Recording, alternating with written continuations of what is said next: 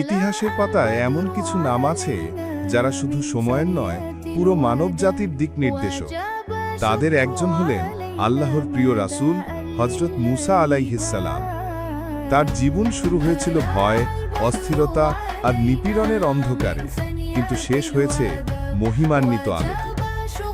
মিশরের ভূমি, ফেরাউন নামের অত্যাচারী শাসকের রাজত্ব, যে নবজাতক শিশুদের হত্যা করার শাহী আদেশ দিয়েছিল শুধু তার ক্ষমতা টিকিয়ে রাখার জন্য। এই ভয় ও আতঙ্কের মধ্যেই জন্ম নেন এক শিশু, যিনি পৃথিবীকে বদলানোর জন্য আল্লাহর পক্ষ থেকে পাঠানো হয়েছিলেন। শিশুটির মা জোকাভেদ, তার বুক কাঁপছিল ভয় আর মাতৃত্বের কষ্টে। কিন্তু আল্লাহ তাকে এক অবিশ্বাস্য ওহী দিলেন, শিশুকে দুধ খাওয়াও, আর যখন ভয় পাবে তাকে নদীতে ভাসিয়ে দাও। একটি ছোট্ট বাক্স, একটি নিরপরাধ নবজাতক আর বিশাল নীল নদ। মা কাঁপা হাতে শিশুকে বাক্সে রাখলেন, কিন্তু সেই বাক্সর দিকে তাকিয়ে তিনি বুঝলেন এটা মৃত্যু নয়, এটা আল্লাহর নিরাপত্তা।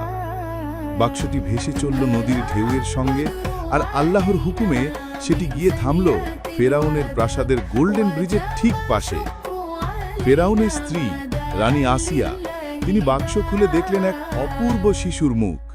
শিশুটির চোখে ছিল শান্তি, ছিল কোনো ভয়ের নেই। রানীর হৃদয় নরম হয়ে গেল। তিনি বললেন, এই শিশুটি আমার এবং তোমার চোখের ঠান্ডা হবে।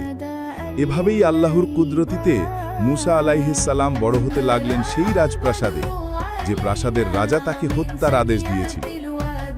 মুসা বড় হতে লাগলেন শক্তি, জ্ঞান ও ন্যায়ের সৌন্দর্যে। তিনি ছিলেন দৃঢ়চেতা, সত্যবাদী এবং অত্যাচারের বিরুদ্ধে সাহসী। অলৌকিকভাবে তার জন্মদাত্রী মাকেও প্রাসাদে দুধমা হিসাবে নিয়োগ করা হয়। মা বাবার ভালোবাসা আর রানীর স্নেহ দুয়ের মিশ্রণে তিনি হয়ে উঠলেন মহৎ চরিত্রের অধিকারী।